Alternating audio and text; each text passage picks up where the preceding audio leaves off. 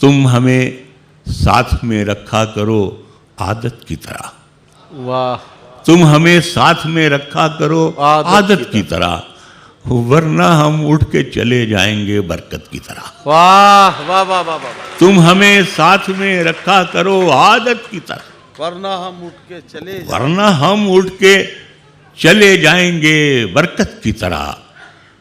اور میں نے خود اس کو گناہوں کی طرح چھوڑ دیا. میں نے خود اس کو گناہوں کی طرح چھوڑ دیا. وہ مجھے چھوڑنے والا تھا عبادت کی طرح. واہ واہ واہ. وہ مجھے چھوڑنے والا تھا عبادت کی طرح. ایک لفظ ہے عدت، جو لوگ ہمارے غیر مسلم ہیں وہ اس سے واقف نہیں ہیں. تو انتقال کے بعد، شوہر کے انتقال کے بعد یا طلاق کے بعد 3 مہینے 13 دن عورت بالکل الگ تھلگ کنارے میں گھر کے کسی کونے میں رہتی ہے.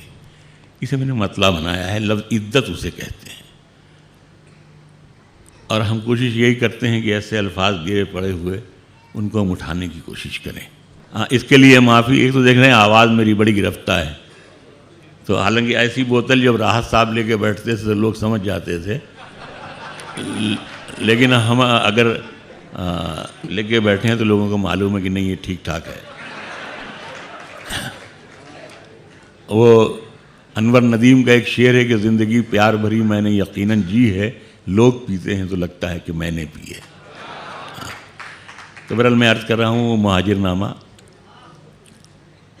یہ موقع، یہ زمانہ بھی جیسا ہے کہ جیسا راحت صاحب نے بھی کہا کہ جو تقسیم کے زخم نے آج بہت اچھا شعر سنایا. چار تن کے چونچ میں تھے وہ 4 دانے ہی رہے، 4 دانے. بہرحال میں عرض کر رہا ہوں تھوڑا سا، میں 2 منٹ کے لیے میں بتا دوں کہ اس کی وجہ کیا تھی.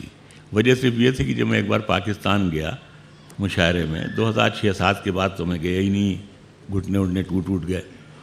تو وہاں ایک صاحب نے مجھ سے کہا کہ رانا صاحب آپ کو کل چلنا ہے حیدرآباد سندھ. میں نے کہا یار میں چل نہیں پاتا ہوں ٹھیک سے، میں نہیں جا پاؤں گا. انہوں نے ضد کی نہیں صاحب پچھلے سال بھی آپ نہیں گئے تھے. میں نے کہا نہیں، آئی ایم سوری، میری طبیعت ٹھیک نہیں ہے. وہ کہنے لگے رانا صاحب دیکھیے آپ کو جتنے پیسے آج یہاں مل رہے ہیں اس سے دگنا چوگنا ہم آپ کو دیں گے، لیکن آپ کو چلنا پڑے گا. میں نے ان سے کہا کہ یہ آپ نے بہت بری بات کہی، آپ نے مجھے بازار بنا دیا. میں آپ کا پڑوسی ہوں، آپ کا مہمان ہوں، ممکن ہے کہیں سے آپ سے رشتہ داری بھی نکل آئے. یہ آپ نے کیسے کہہ دیا تھا؟ وہ بھی شرمندہ ہو گئے، انہوں نے سوچا شاید ہم نے غلط بات کہی، اور فوراً انہوں نے معافی مانگی. میں نے بھی سوچا بقول شاعر جمالی کہ ضرورت آخری منزل پہ گھنگرو باندھ لیتی ہے. تو میں نے سوچا کہ نہیں اب ان کو لے جانا تھا مجھے، اس لیے ایسی بات انہوں نے کہی. جب میں لوٹ کر اسٹیج پہ آنے لگا تو میں نے 2-3 شعر کہے. پھر میں نے پوری ایک کتاب ہی میری مہاجر نامہ آئی، جو ہے اردو میں، ہندی میں، بہت زبانوں میں. تو بہرحال پھر میں نے کچھ شعر کہے. تو میں نے آ کے وہاں میں نے وہ شعر پڑھے اسٹیج پر.